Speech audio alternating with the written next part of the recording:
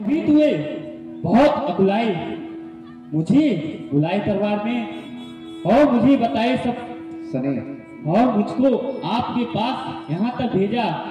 मैं आपका ध्यान न डिगा पाया, इसलिए देवर्षि नारद जी मैं आपसे सब प्रकार से पराजित हूँ, पराजित हूँ, पराजित हूँ। ओ नीच इंद्र, वो क्या जाने किसी तपस्वी के बल को क्या समझेगा।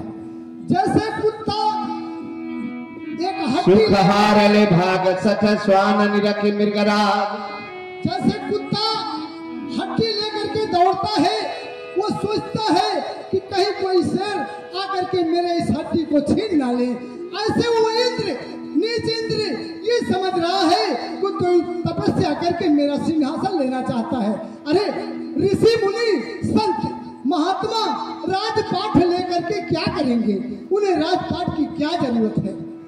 जाओ काम देव, मैं तुझे क्षमा किया, लेकिन ध्यान रखना ऐसी हरकत फिर आइंदा किसी ऋषि मुनि के साथ मत करना। क्या हो सिया रामा, सुनी मुनि जय हो।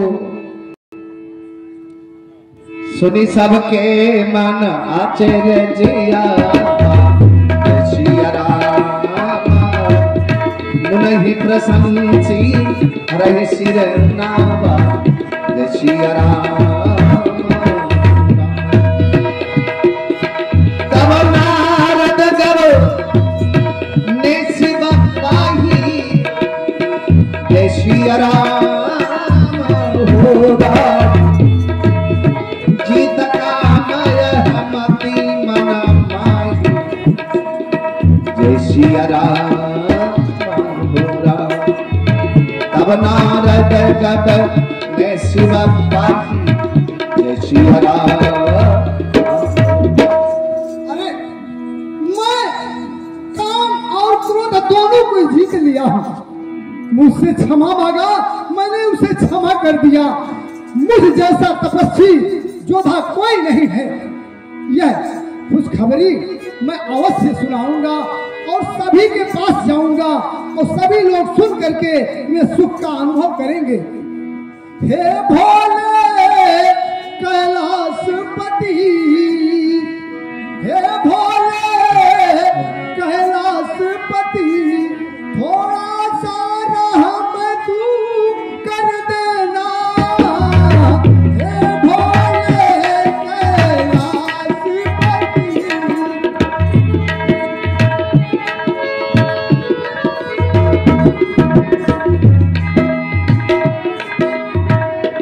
भोले कैलाशपति,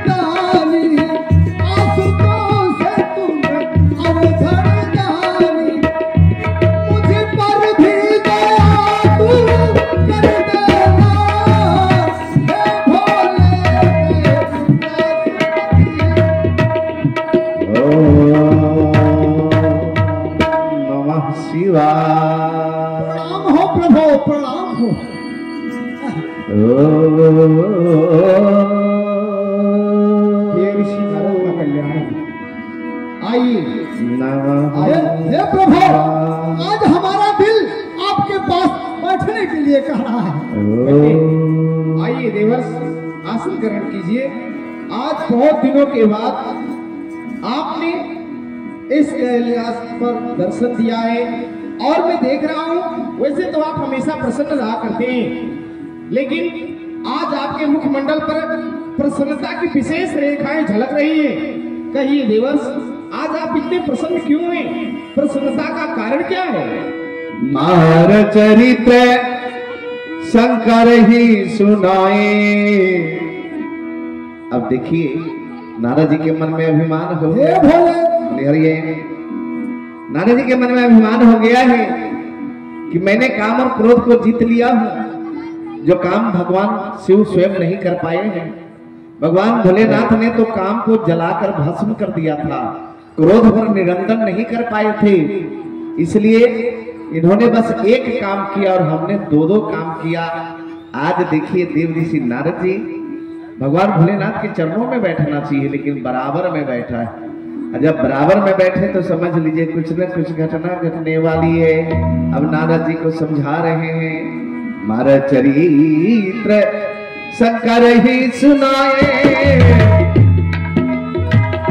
अति प्रिय जानी महेश सिखाए। हे प्रभु भोलेनाथ, एक दिन की बात है, मैं हिमालय की गुफा में रमणीक स्थान देख करके तपस्या के लिए बैठ गया और वहां तपस्या करने लगा। इतने में कामदेव रंभादिक अप्सराओं के साथ मेरे समीप आया। अनेकों कलाओं से वो मुझे रिझाना चाहता था, मेरा तपस्या भंग करना चाहता था, लेकिन वो भंग ना कर सका। अंत में उसने मुझसे क्षमा मांगा, मैंने उसे क्षमा कर दिया। नारायण। लेकिन प्रभु आपने तो काम को जला दिया था और मैं काम और क्रोध दोनों का विजयी हूँ। नारायण नारायण। देव ऋषि नारद जी महाराज, आपने जो कार्य किया है बहुत ही सराहनीय है, किंतु मैं आपसे बार बार बिना मुनि तो ही जिमी यह कथा सुनाय सुमोहि, तिमि जने हरि ही सुनावहु कबहु, चले हो प्रसंग दुराय तबहु।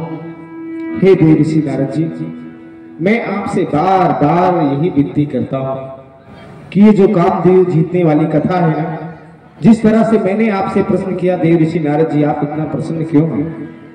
यदि क्षीर सागर जाए और श्रीमद नारायण आपसे यह पूछ ले कि देव ऋषि नारद जी आज आप इतना प्रसन्न क्यों हैं, तो यह कामदेव जीतने वाली कथा